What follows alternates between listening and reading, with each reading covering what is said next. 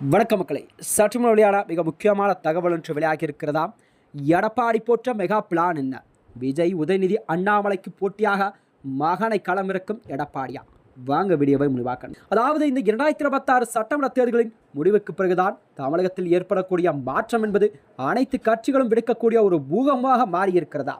அந்த வகையில்தான், அதாவது கண்டிப்பாக திமுகவின் இளம் தலைமுறையான ஸ்டாலின் மகனான உதயநிதி ஸ்டாலின் அவர்களும் அதே போலதான் கண்டிப்பாக இப்பொழுது, அதாவது ஆளுங்கட்சியாக செயல்பட்டு கொண்டிருக்கும் தாவைக்க தலைவர் விஜய் கூட இளம் தலைமுறை என்று கூறுகிறார்களாம்.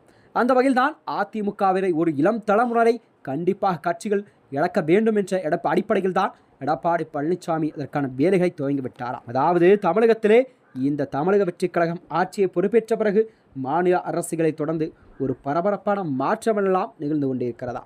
அந்த வகையில் தான் குறிப்பாக சொல்லப்போனால் எதிர்க்கட்சிகளை சேர்ந்த முக்கிய நிர்வாகிகள் மற்றும் முன்னாள் அமைச்சர், முன்னாள் எம்எல்ஏக்கள் மற்றும் மாவட்ட அளவிலான நிர்வாகிகள் இவர்கள் அனைத்துமே தாவைக்காவை நோக்கி நகர்ந்து வருவது என்பது அரசியல் களத்திலே ஒரு பரபரப்பை ஏற்படுத்தியிருக்கிறதா. அதாவது குறிப்பாக சொல்லப்போனால் அதிமுகவில் ஏற்பட்ட இந்த உட்கட்சி பூசல் மற்றும் தேர்தல் தோல்விகள் காரணமாகத்தான் முன்னாள் அமைச்சர், சட்டமன்ற உறுப்பினர் உள்ளிட்ட பல முக்கிய தலைவர்கள்லாம் ஒவ்வொருவராக மாற்றுக் கட்சியில் சேர்வது என்பது அரசியலில் புதிய பரபரப்பை கிளப்பியிருக்கிறதா.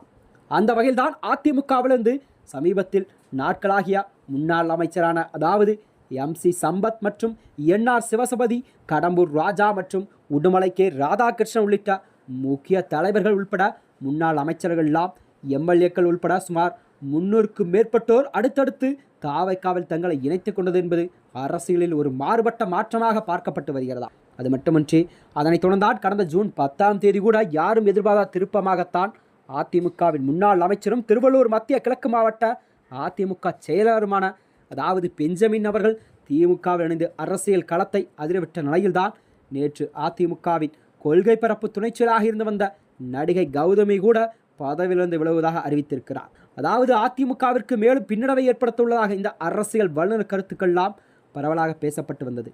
கட்சி தலைமை மீதுள்ள அதிருப்தி மற்றும் எடப்பாடி பழனிசாமி தலைமையில் சர்வாதிகார போக்கு மற்றும் உட்கட்சி பூசல் காரணமாக இவர்கள் விழுவதாக தெரிவித்திருக்கிறார்கள்.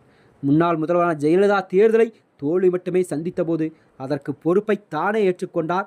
ஆனால் தற்போதைய அதிமுக பொதுச்செயலாளர் எடப்பாடி பழனிசாமி தோல்விக்கான காரணங்களை இன்னும் தேடிக்கொண்டேதான் இருக்கு. தோல்விக்கான பொறுப்பை ஏற்காமல் பிற காரணங்களை சுட்டிக்காட்டுவது என்பது கட்சியை மேலும் பலவீனப்படுத்தும் என்று தொண்டர் மத்தியில் ஒரு பரபரப்பை ஏற்படுத்தியிருக்கிறதா.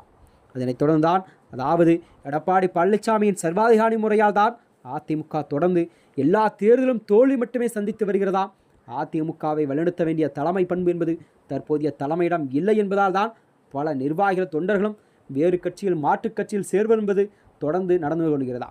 இந்த வகையில்தான் மேலும் இது போன்ற வீடியோக்களை தெரிந்து கொள்ள நமது சேனலை மறக்காமல் சப்ஸ்கிரைப் செய்து கொள்ளும். நன்றி, வணக்கம்.